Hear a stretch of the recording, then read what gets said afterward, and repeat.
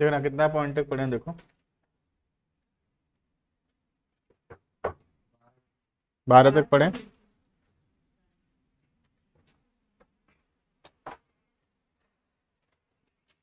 Audio video check कर लेना online students.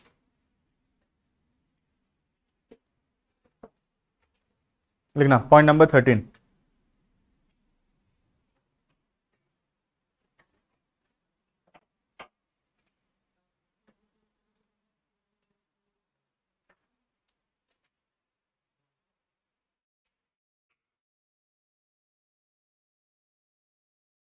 लिखना point number 13, goods return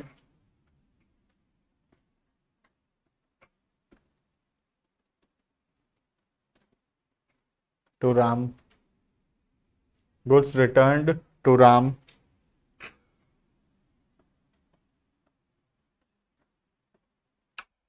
worth 5,000, goods return to Ram worth 5,000।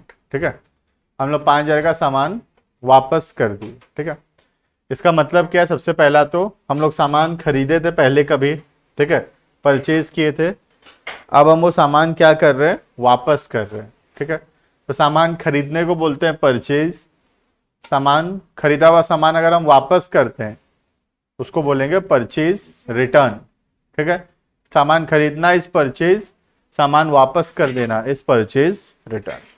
अब हम सामान कोई भी वजह से वापस कर सकते हैं। सामान सपोज खराब निकला, डैमेज निकला, तो हम लोग सामान रिटर्न कर दिए। ठीक है, तब इससे जर्नल एंट्री क्या होगा? ठीक है, जब हम सामान खरीदे थे तब हम क्या किए होंगे देखना, लिखना मत अभी, खाली देखना। परचेज एक एक्सपेंस है, परचेज एन एक्सपेंस, और अगर एक्सपेंस इंक्रीज हो रहा है डेबिट। ठीक है, और दूसरा राम से हम सामान खरीदे हैं। ठीक है, राम से हम सामान खरीदे हैं उधार में, तो राम हमारे लिए लाइबिलिटी है, क्रेडिटर है, मतलब लाइबिलिटी इंक्रीज हो रहा है इसीलिए क्रेडिट।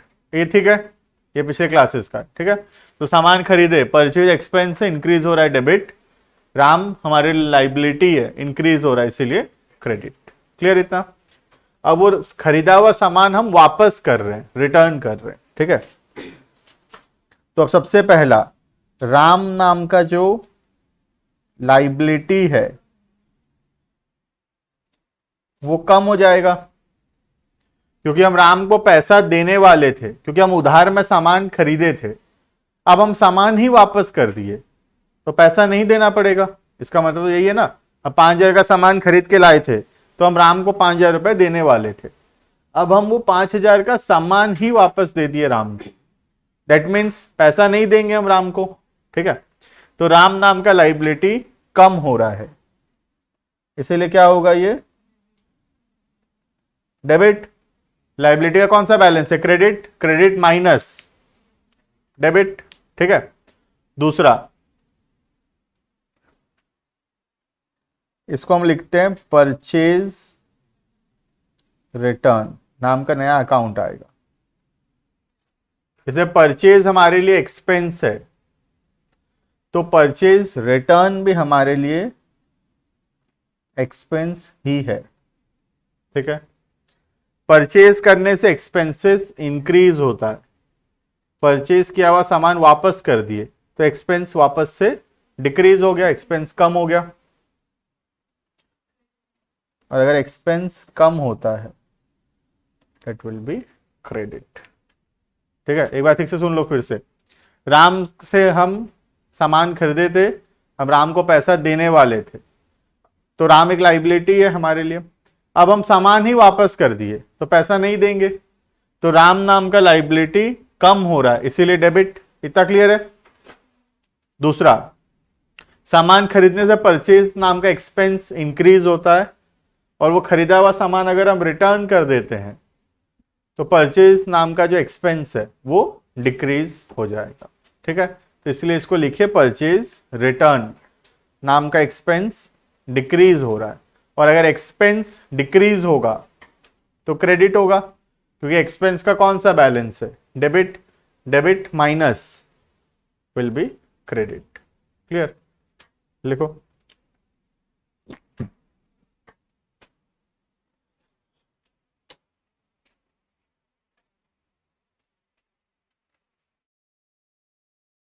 नेक्स्ट,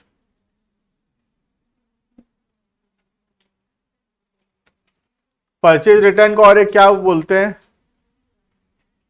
परचेज रिटर्न को और एक क्या बोलते हैं, रिटर्न आउटवर्ड या इनवर्ड, आउटवर्ड, है ना। तो परचेज रिटर्न की जगह हम रिटर्न आउटवर्ड भी अगर लिखते तो वो भी सही होगा।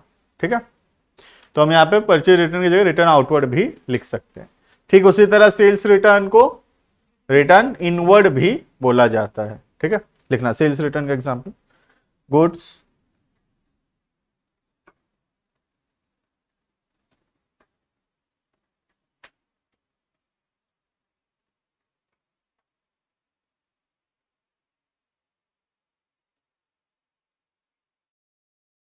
Goods worth 2000 return by Shyam,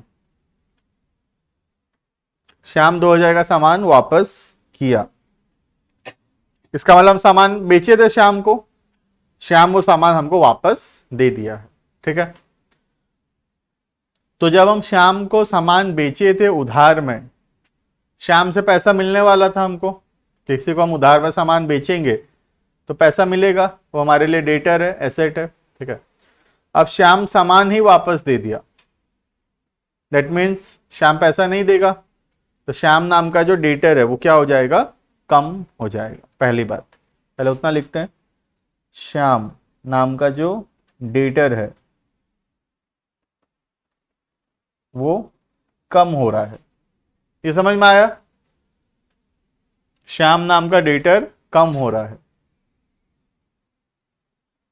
debtor कम होने से क्रेडिट। इतना समझ में आ गया ना।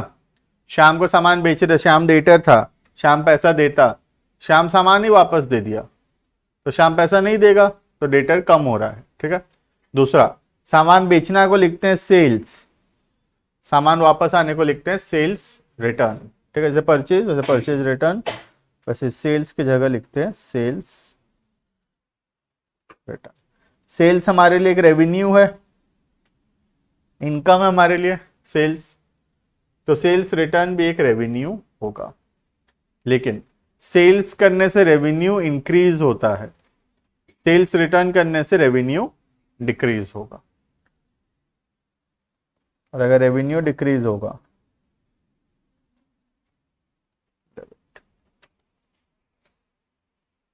क्लियर है ये।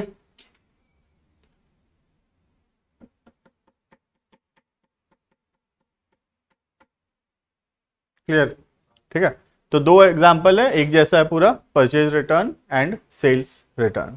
ठीक है, नेक्स्ट पॉइंट नंबर 15,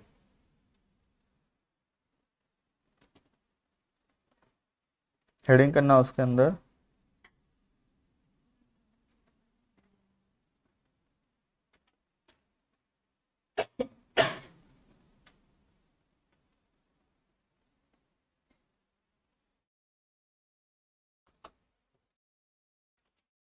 ठीक है।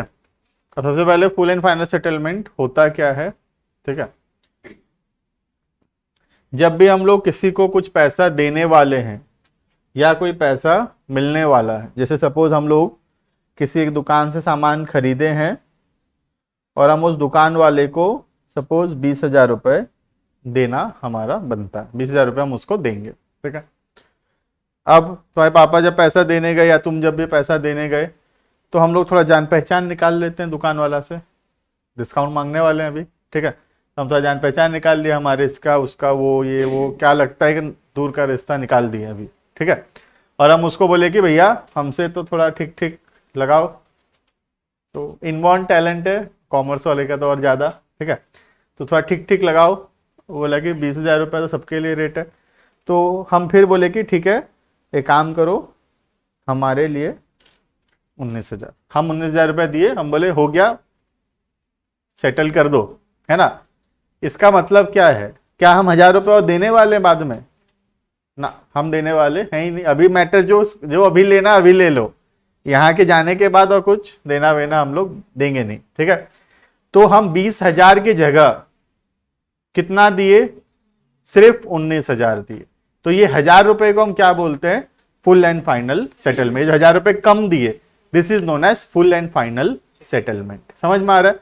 इसका मतलब है जब भी जितना पैसा ड्यू है उससे हम कुछ कम दिए और फिर भी और बाकी पैसा देना नहीं पड़ेगा। यूजुअली हमारे जान पहचान के दुकानों में हम ऐसा कर सकते हैं। हमारे कोई जान पहचान का दुकान है, 20,000 रुपये रेट है सबके लिए, लेकिन हमारे को 19,000 रुपये में भी चल गया। वो भी सामने वाला भी रख लिया, ठीक है, जान पहचान है बोल के 19,000 में रख लिया वो, ठीक है। तो ये जो 1,000 रुपये हम कम दिए, हम बाद में और देंगे नहीं, इसको बोला जाता है फुल एंड फाइनल सेटलमेंट। समझ में आ रहा है फुल एंड फाइनल सेटलमेंट का मतलब? तो हमारे साथ भी ऐसा हो सकता है ना, हम जब ऐसा करेंगे हमारे साथ ऐसा हो भी सकता है। जैसे हम 20,000 रुपये देने वाले थे, हम सिर्फ 19,000 दिए, ठीक उसी तरह हमको 30,000 मिलने वाला था, मिला सिर्फ 29,000। ऐसा भी हो सकता है, क्योंकि हम डिस्काउंट मांगेंगे तो हमको डिस्काउंट ठीक है मिल भी गया, हमसे भी कोई मांग लेगा डिस्काउंट, कोई तो हमसे भी जान पहचान निकाल ही लेगा। तो दोनों हो सकता है, या तो हम डिस्काउंट दे भी सकते हैं या डिस्काउंट मिल भी सकता है, दोनों हो सकता है, ठीक है। तो हम दोनों एग्जांपल लिखेंगे, पैसा देने का भी, डिस्काउंट मिलने का भी, और पैसा रिसीव करने का भी, डिस्काउंट अलाउ करने का भी, ठीक है। जब भी हमको डिस्काउंट मिलता है हम उसको लिखते हैं डिस्काउंट रिसीव्ड, डिस्काउंट मिला, ठीक है। और जब भी हम डिस्काउंट देते हैं we write it down as discount allowed, ठीक है। डिस्काउंट रिसीव का मतलब डिस्काउंट मिलना, और डिस्काउंट अलाउड का मतलब डिस्काउंट देना, ठीक है। तो डिस्काउंट रिसीव कब होगा, जब अपने सामान खरीदे हैं, जब सामान खरीदोगे तो डिस्काउंट मिलेगा, ठीक है। और जब सामान बेचोगे तो डिस्काउंट देना पड़ेगा। समझ में आ रहा है? तो डिस्काउंट रिसीव वर्ड कब आएगा, जब हम सामान खरीद रहे होंगे, और डिस्काउंट अलाउड वर्ड कब आएगा, जब हम सामान बेच रहे होंगे, ठीक है। दोनों एग्जांपल लिखेंगे हम लोग। लिखना, पहला हेडिंग है फुल एंड फाइनल सेटलमेंट, उसके अंदर पहला point number 1,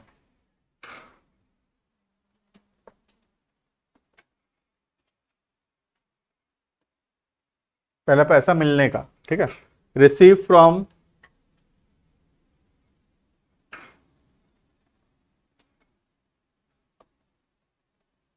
debtors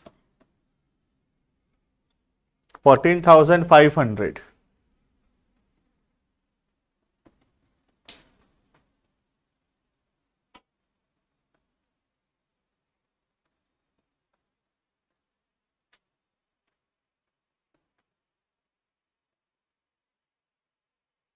in full and final settlement of 15,000, ठीक है। मतलब क्या देखना, हमको 15,000 रुपये मिलने वाला था डेटर से, लेकिन डेटर हमको सिर्फ कितना दिया, 14,500, मतलब 500 रुपये का हमारा नुकसान हो गया। डिस्काउंट अलाउड है, हम डिस्काउंट दिए हैं, ये समझ में आ रहा है, ठीक है। देखना, अब यहां पे हम डेबिट क्रेडिट पहचानने वाले। पहली बार ऐसा होगा जब यहां पर 2 अकाउंट से ज्यादा आने वाला है। अभी तक क्या होता था, सिर्फ 2 आता था, ठीक है। अब यहां पर 2 से ज्यादा अकाउंट आने वाला है, ठीक है। देखते हैं क्या क्या। सबसे पहला 14,500 रुपये मिला, मिला ना 14,500, तो पहले उसको लिखो कैश, एक एसेट है जो कि इंक्रीज हो रहा है, इसीलिए डेबिट। अमाउंट भी लिख लेना 14,500।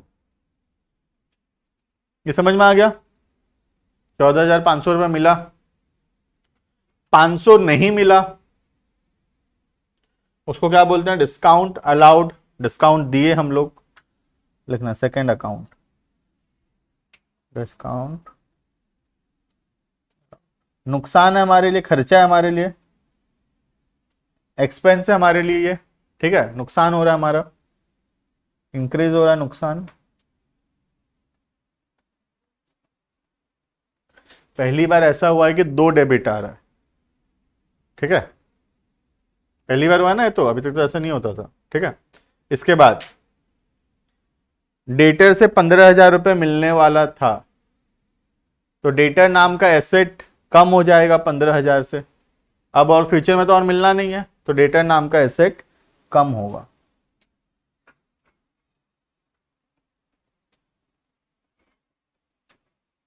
तो क्या होगा?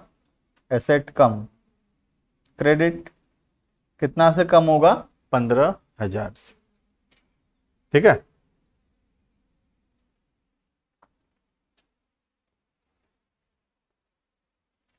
क्लियर इतना? ठीक है। पैसा मिला 14,500, कैश एक एसेट है, इंक्रीज हो रहा है, डेबिट 14,500। डिस्काउंट एक खर्चा है हमारे लिए, 500 का नुकसान हुआ, discount allowed being an expense, increasing, debit. तीसरा, डेटर कम हो रहा है, डेटर एक एसेट है, कम हो रहा है 15,000 से, क्रेडिट, ठीक है। हम कभी भी ऐसा नहीं पढ़े थे कि एक डेबिट होता है एक क्रेडिट होता है। हम हमेशा ये पढ़े हैं कि total of debit is equal to total of credit, ठीक है। तो तुम देख सकते हो वो सही है। टोटल ऑफ डेबिट कितना हो रहा है? डेबिट का टोटल 15,000 और क्रेडिट का टोटल वही 15,000, मैच कर रहा है दोनों, ठीक है। तो ये है total of debit is equal to total of credit. ऐसा जरूरी नहीं है कि एक डेबिट और एक credit, this is not mandatory. एक से ज्यादा डेबिट भी हो सकता है, इवन एक से ज्यादा क्रेडिट भी हो सकता है, but ultimately the total of all debits and the total of all credits will match, वो दोनों हमेशा इक्वल होगा। क्लियर है? तो 15,000 डेबिट हुआ और 15,000 क्रेडिट हुआ, ठीक है। ये एंट्री को हमको अगर लिखना होगा तो हम कैसे लिखेंगे? देखना, लिख लो, वरना इसके नीचे लिख लो कैसे लिखेंगे इस एंट्री को जर्नल में। पहले जो डेबिट हुआ उसको लिखते हैं, cash account debited, discount allowed account debited, 2 debit और 1 क्रेडिट, 2 डेटर्स अकाउंट।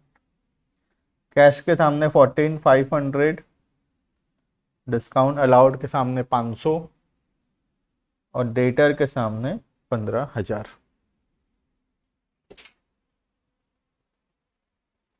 क्लियर है इतना? ठीक है। तो इस एंट्री को हम इस तरीके से लिखें, पहले जो डेबिट हुआ है वो दोनों डेबिट और बाद में क्रेडिट। अगर एक से ज्यादा क्रेडिट होता बाई चांस, यहां लिखते 2 और 1 क्रेडिट लिखते, ठीक है। अभी तो नहीं है यहां पर। क्लियर है? ऐसे एंट्री को हम बोलते हैं कंपाउंड जर्नल एंट्री, ठीक है। 2 टाइप का जर्नल एंट्री होता है, एक सिंपल और एक कंपाउंड। अभी तक हम जितना भी लिखे थे सब सिंपल था, एक डेबिट एक क्रेडिट बस, ठीक है। कंपाउंड में एक से ज्यादा डेबिट या एक से ज्यादा क्रेडिट। तो यहां एक से ज्यादा डेबिट है, 2 डेबिट है क्योंकि, तो इनको बोलते हैं कंपाउंड जर्नल एंट्री। तो पहले पहले हम लोग क्योंकि इनिशियली जर्नल जस्ट स्टार्ट किए थे, तो हम सिर्फ सिंपल जर्नल एंट्री का एग्जांपल ले रहे थे। अब धीरे धीरे क्या आने वाला है, सारा कंपाउंड जर्नल एंट्री आएगा, ठीक है। नेक्स्ट एक और देखते हैं, पॉइंट नंबर 2, इसी के अंदर फुल एंड फाइनल सेटलमेंट।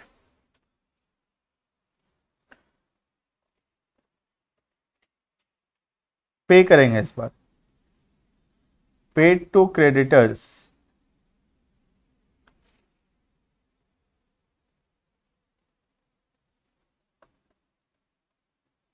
$19,000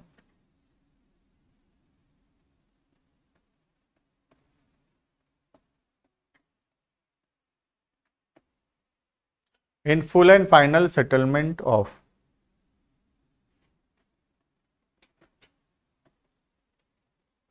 20,000। कर पाओगे खुद से? करो, ट्राई करो। क्वेश्चन का मतलब है 20,000 देना था, हम सिर्फ 19,000 दिए। ठीक है, करो खुद से करके देखो ट्राई, या तो रफ में ट्राई कर लो, फिर मैं बताऊंगा जब लिख लेना, दोनों में से कुछ भी कर सकते।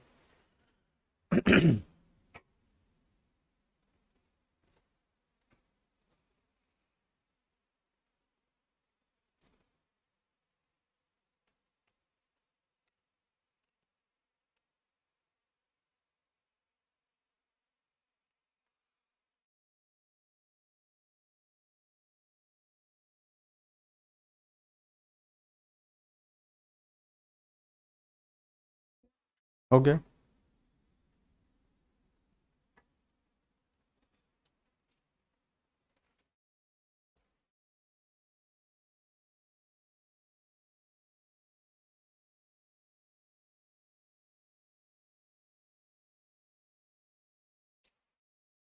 हुआ पायल?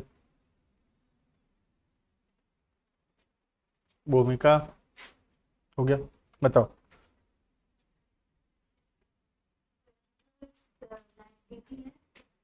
वो कम होगा तो डेबिट, और डिस्काउंट रिसीव्ड है जो हमारा एक्स्ट्रा रेवेन्यू। रेवेन्यू है तो ज़्यादा होगा। रेवेन्यू प्लस होगा तो बताओ।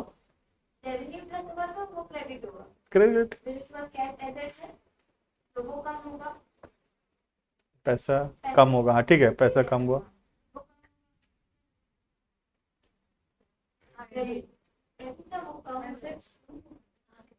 क्रेडिट। बताओ लतिका, बताओ।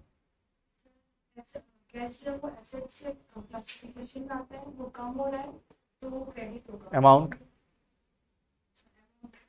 19,000। ठीक है। फिर डिस्काउंट हम रिसीव कर रहे हैं तो डिस्काउंट रिसीव वो इनकम है हमारे लिए और वो प्लस हो रहा है तो वो क्रेडिट होगा 1,000। और क्रेडिटर्स जो है वो लायबिलिटी है और वो कम हो गया तो वो डेबिट होगा अमाउंट 20,000। ठीक है, हुआ? देखें, देखना, हाँ बता रहा हूं। ठीक, देखना, सबसे पहला हम लोग क्रेडिटर्स को 20,000 रुपए देने वाले थे। यहाँ सुनो, जिसका नहीं हुआ यहाँ देखना, ठीक है। हम क्रेडिटर्स को 20,000 रुपए देने वाले थे, लेकिन हम दिए कितना? सिर्फ 19,000। ठीक है, तो सबसे पहला 19,000 रुपए दिए हैं हम लोग, तो कैश कम हुआ कि नहीं? पैसा कम होगा हमारा। कैश एक एसेट है जो कि कम हो रहा है, इसीलिए क्रेडिट कितना रुपए? 19,000। 19,000 दिए हम लोग, ये समझ में आया सबको? दूसरा, 1,000 रुपए का डिस्काउंट मिला है हमको। पिछले में जैसे हम डिस्काउंट दिए थे, अभी डिस्काउंट मिला है हमको। ठीक है, डिस्काउंट रिसीव हमारे लिए रेवेन्यू है। जैसे डिस्काउंट देना, अलाउ करना एक्सपेंस है, डिस्काउंट मिलना इनकम है, कमाई हो रहा है हमारा, फायदा हो रहा है हमारा, रेवेन्यू है।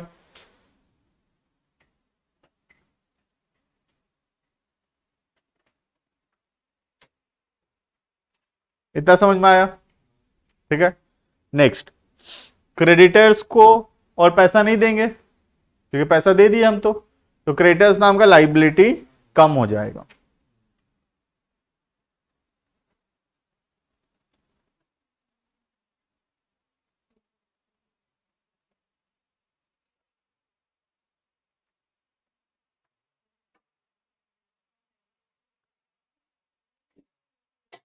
ठीक है, क्लियर है ये?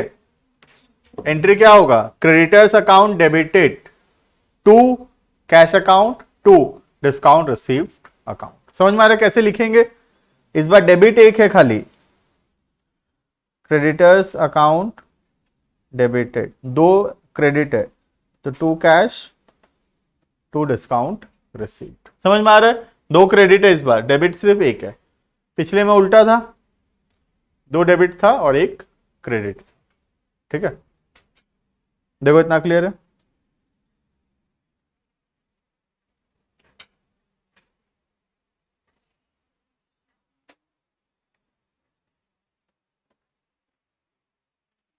Point number 3। किसी को डाउट है यहां तक? नहीं है ना? बढ़े आगे। Next point number 3।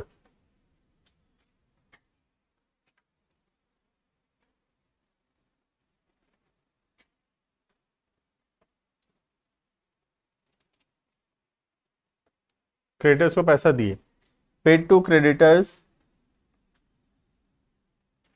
9,000 on account.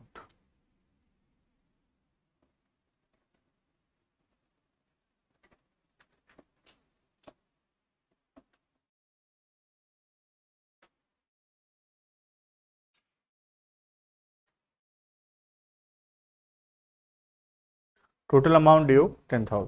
ठीक है, यहाँ तो ध्यान से सुनने का जरूरत है। ठीक है, हम लोग क्रेडिटर्स को 10,000 रुपए देने वाले थे। ठीक है, लेकिन दिए कितना है? सिर्फ 9,000। ठीक है, अब ये क्वेश्चन और इस क्वेश्चन में क्या फर्क है देखना।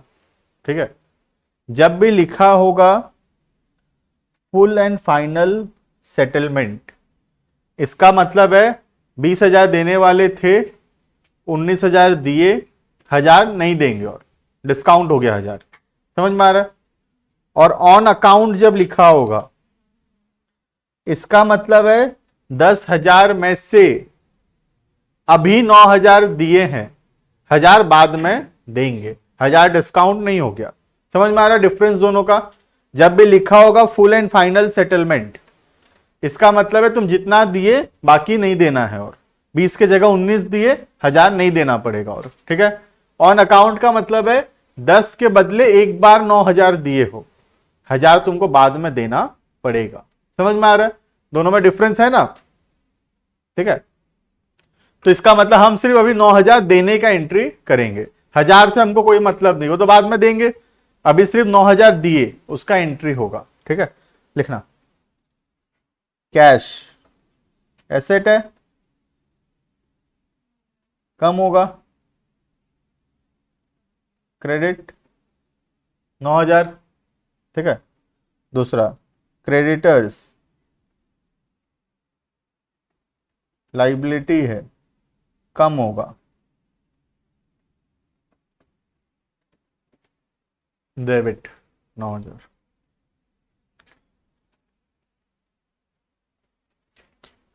डिफरेंस समझ में आ रहा है दोनों में? बड़े ध्यान से। ठीक है, ऑन अकाउंट का मतलब बैंक अकाउंट नहीं होता है। ठीक है, ऑन अकाउंट का मतलब होता है कि 10,000 के बदले एक बार 9,000 दिए हैं हम, 1,000 बाद में देंगे। ठीक है, तो अभी सिर्फ 9,000 का एंट्री होगा, कैश 9,000 कम और क्रेडिटर्स 9,000 कम। यही अगर फुल एंड फाइनल सेटलमेंट लिखता तो क्रेडिटर्स कितना से कम होता? 10,000 से, और यहाँ एक नया आता डिस्काउंट रिसीव्ड, इनकम है, इंक्रीज होता क्रेडिट 1,000। ठीक है, तो रेड में मैं जो भी लिखा हूं कब होता? जब फुल एंड फाइनल सेटलमेंट लिखा हुआ होता। ठीक है, 1,000 डिस्काउंट हो जाता, लेकिन यहां डिस्काउंट नहीं मिल गया 1,000। ठीक है, क्लियर है? डिस्काउंट रिसीव क्रेडिट ही तो हुआ था। देखो यहां पर भी डिस्काउंट रिसीव्ड, रेवेन्यू है, बढ़ रहा है तो क्रेडिट। ठीक है, वैसे यहां पर भी डिस्काउंट रिसीव्ड, इनकम है या रेवेन्यू है, बढ़ रहा है तो क्रेडिट। डिस्काउंट अलाउड डेबिट होगा। ठीक है, तो जो भी मैं रेड में लिखा हूं कब होता? जब लिखा होता फुल एंड फाइनल सेटलमेंट। तो अभी ये नहीं होगा, अभी सिर्फ क्या होगा? जो हम ब्लू में लिख रखे थे पहले से, 1,000 बाद में देना पड़ेगा। क्लियर है? तो इसमें कंफ्यूज मत होना on account and full and final settlement words के बीच में। क्लियर? आगे बढ़ेंगे। ये गया पॉइंट नंबर 15। ठीक है, नेक्स्ट पॉइंट नंबर 16।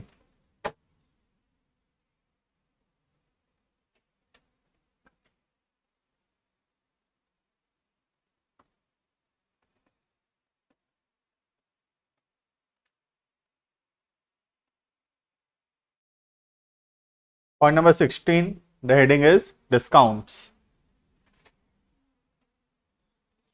दो प्रकार का डिस्काउंट होता है। कौन कौन सा? ट्रेड एंड कैश, याद है? दो प्रकार का डिस्काउंट होता है, एक ट्रेड डिस्काउंट और दूसरा कैश डिस्काउंट। ट्रेड डिस्काउंट कब मिलता है कृष्णा? जब हम कोई सा सामान बल्क क्वांटिटी में, करेक्ट, जब भी हम लोग बल्क क्वांटिटी में सामान खरीदते हैं, जैसे एक पीस खरीदेंगे तो 100 रुपये पड़ेगा, लेकिन 1 लाख पीस खरीदेंगे तो थोड़ी 100 रुपये पड़ेगा, तब 80 85 या 70 रुपये भी पड़ सकता है अपने को। तो ये जो डिस्काउंट मिला 20-30 रुपए का 1 लाख पीस खरीदने के वजह से, इसको अपने बोलते हैं ट्रेड डिस्काउंट। ठीक है, जितने भी बड़े बड़े डिपार्टमेंटल स्टोर्स है उनका सक्सेस का रीजन ही वही है। आज बिग बाजार है या फिर जितने भी और बड़े बड़े स्टोर्स है, reason of success is trade discount. ठीक है, हम लोग जैसे एक छोटा सा दुकानदार है, वो कितना 1 लाख 2 लाख 5 लाख 10 लाख का सामान मंगवा लेगा, उस पर 2-4-5% उसको डिस्काउंट मिल जाएगा। लेकिन बिग बाजार क्या करता है, पूरे ऑल ओवर द कंट्री का जितना सामान उसको खरीदना है एक बार में ऑर्डर प्लेस करता है कंपनी के पास, तो वो ऑर्डर करोड़ों रुपए का हो जाता है। तो जब इतना ह्यूज क्वांटिटी में ऑर्डर प्लेस होगा तो रेट बहुत कम पड़ेगा। ठीक है, तो इसका मतलब है दुकानदार, हम अब जैसे तुम एक सामान बेच रहे हो और वही सामान, जैसे ग्रोसरी का एग्जांपल ले लो, एक सपोज एक 5 kg का एक राइस का एग्जांपल ले लो, 5 kg का एक राइस का पैकेट है, उसका एग्जांपल ले लो, या व्हीट का एग्जांपल ले लो। ठीक है, तुमको 190 रुपए में खरीदी आ रहा है, तो तुम तो 190 से ऊपर में ही बेचोगे उसको, कम से कम 190 तो कुछ तो 1-2 रुपए जोड़ के तो मिनिमम बेचोगे। लेकिन बिग बाजार को खरीदी ही वो 170 का आ रहा है, तो इसलिए वो 175-80 में सामान बेच दे रहा है। तो बिग बाजार में जो सामान जितना में मिल रहा है, नॉर्मल दुकानदार का खरीदी नहीं है उतना रुपए का, तो उतना में वो बेच ही नहीं सकता। समझ में आ रहा है क्या प्रॉब्लम है? ट्रेड डिस्काउंट का ही प्रॉब्लम है। छोटा मोटा दुकानदार, जितने भी बर्गर लेवल पे जो दुकानदार है, 5-10 लाख का सामान एक बार में खरीद सकते हैं, या 50 लाख का सामान भी एक बार में खरीद लिए, चलो बहुत बड़ा दुकानदार है तो। लेकिन बिग बाजार क्या कर रहा है, 50-50 करोड़ रुपए का ऑर्डर एक बार में प्लेस करता है कंपनी के पास। तो उतने ह्यूज क्वांटिटी में जब ऑर्डर प्लेस होगा तो रेट बहुत कम आएगा। समझ में आ रहा है? This is the reason of success of departmental stores. ठीक है, तो डिस्काउंट दो प्रकार का है, ट्रेड डिस्काउंट जो कि ह्यूज क्वांटिटी में खरीदने से मिल रहा है, और दूसरा है कैश डिस्काउंट। कैश डिस्काउंट का क्या कब मिलता है? वन टाइम पेमेंट या जल्दी पैसा देने से। स्कूल वगैरह में होता है, तुम देखे होगे, वन टाइम फी देने से 5% डिस्काउंट बोलते हैं। वो क्या है? That is a cash discount. मतलब जल्दी पैसा देने से जो डिस्काउंट अपने को मिलता है, उस डिस्काउंट को बोला जाता है कैश डिस्काउंट। क्लियर है? देखना, it can be of 2 types.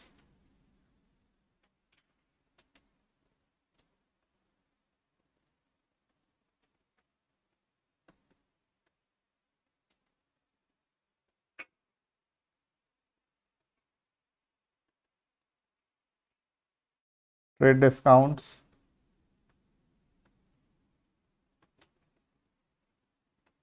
Cash discounts.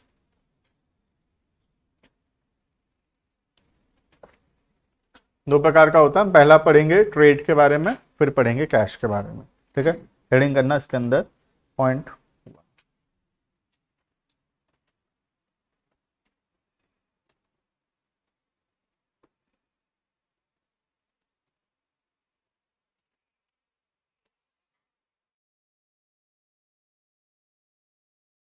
नहीं ना, ट्रेड डिस्काउंट एक ऐसा डिस्काउंट है जो कि बल्क क्वांटिटी में खरीदने की वजह से मिल रहा है। ठीक है, इसको हम लोग बुक्स ऑफ अकाउंट्स में रिकॉर्ड नहीं करते हैं। ठीक है, क्यों नहीं रिकॉर्ड करते हैं? हम ये मानते हैं कि ये डिस्काउंट सभी को अवेलेबल है, जो भी बल्क में सामान खरीदेगा ये डिस्काउंट सबको मिलेगा।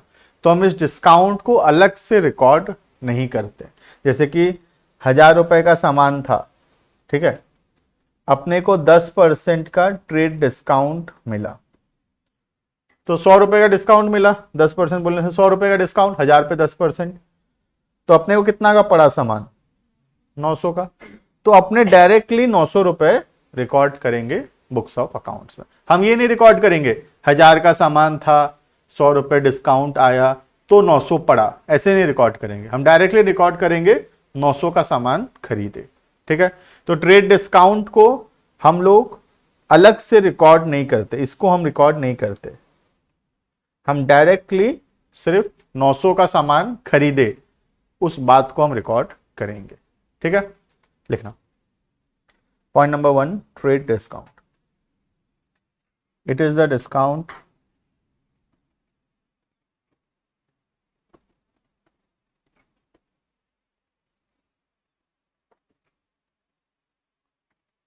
availed due to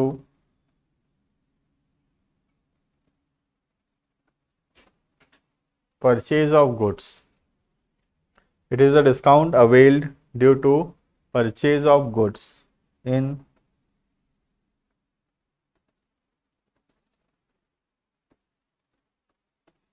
bulk quantity. It is a discount available due to purchase of goods in bulk quantity. ठीक है, trade discount is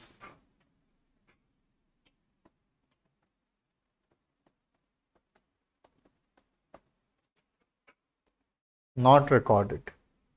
Trade discount is not recorded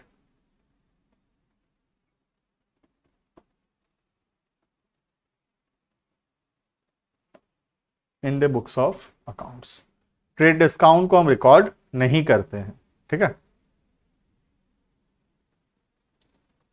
इसके अंदर हम एग्जांपल लिखेंगे 2-4, फिर पढ़ेंगे कैश डिस्काउंट। ठीक है, देखना पहला example.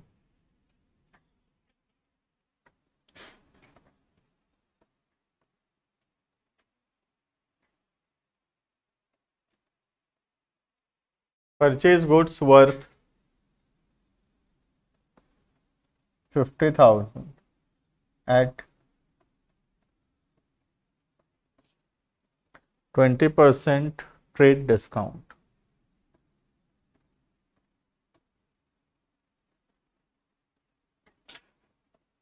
on credit. Purchase goods worth 50,000 at 20% trade discount on credit. तो कितना पड़ा हमको सामान? 40,000 पड़ा। 50,000 का सामान है, 20% डिस्काउंट मिल गया, तो 10,000 का डिस्काउंट मिल गया। कितना पड़ा? 40। तो हम डायरेक्टली 40 को रिकॉर्ड करेंगे। ठीक है, लिखो परचेज एक्सपेंस है,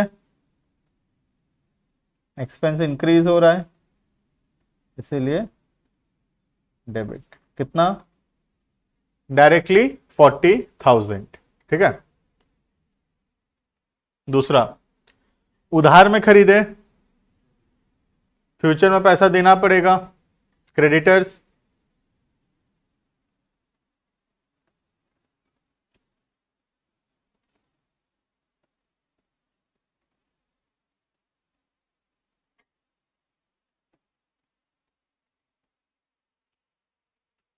क्रेडिटर्स हमारी लाइबिलिटी है, लाइबिलिटी इंक्रीज हो रहा है, इसीलिए क्रेडिट। ठीक है, आसान एकदम।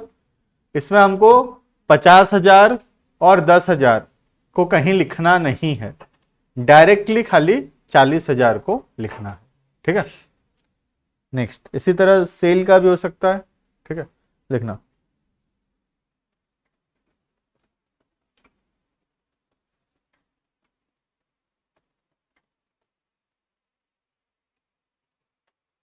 सोल गुड्स वर्थ 90,000 at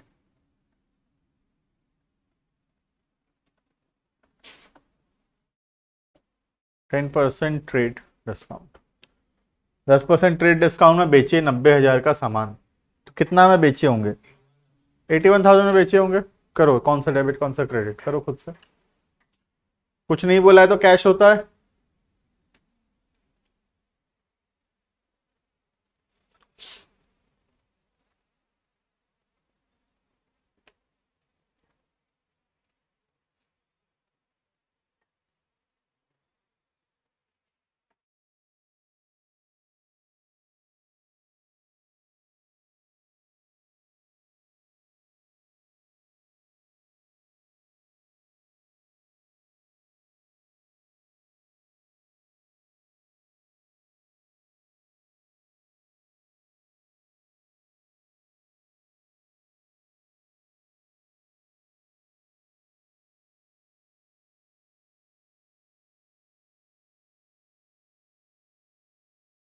हो गया?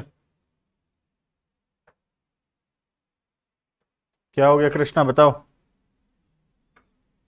नहीं हुआ है? प्रथम एसेट है प्लस होने से डेबिट। कैश एसेट है प्लस होने से डेबिट डेबिट। सेल्स रेवेन्यू है माइनस प्लस होने से क्रेडिट। करेक्ट। सेल्स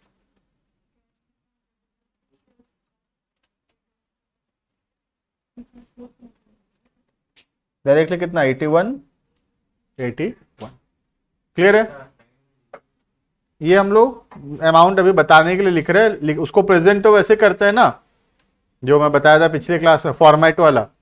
एग्जाम में तो वो करना है, ये तो हम खाली जानने के लिए लिख रहे हैं कि कितना अमाउंट आएगा बोल के।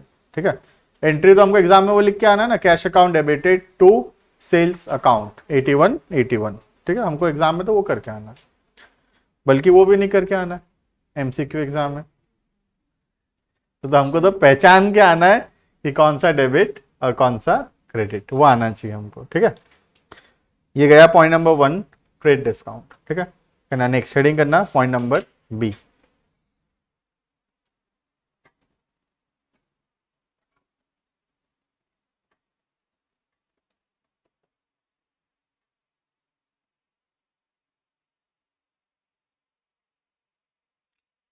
ठीक है, कैश डिस्काउंट वो डिस्काउंट है जो कि मिलता है ड्यू टू अर्ली पेमेंट या ड्यू टू प्रॉम्प्ट पेमेंट। मतलब पैसा जब देना था, हम उससे पहले अगर पैसा दे देते हैं तो जो डिस्काउंट अपने को मिलता है, that discount is known as cash discount. ठीक है, लिखना it is the discount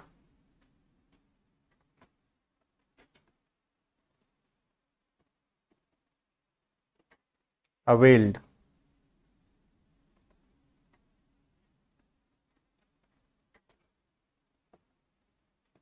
due to early payments or prompt payment for goods or services।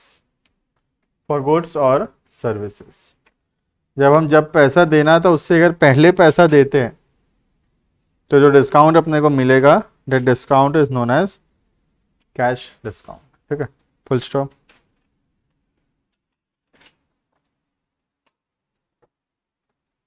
It is recorded, इसको लिखते हैं, it is recorded in the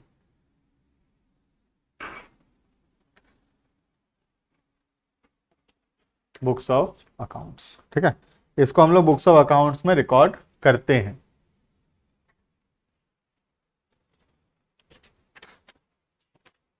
clear इतना?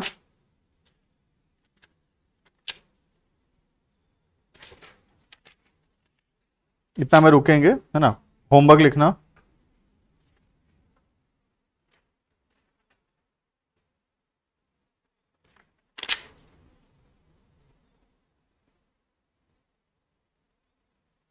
illustration 3 and 4।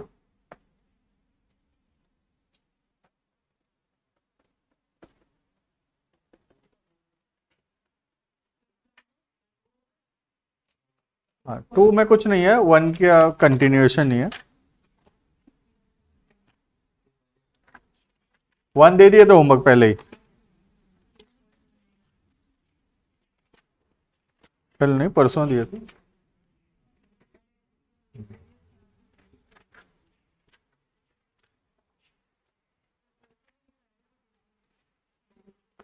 Eight 8.18।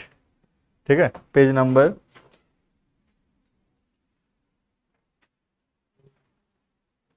1819। Next class में cash discount का example लिखेंगे और फिर दोनों का मिलाकर, ट्रेड कैश मिलाकर।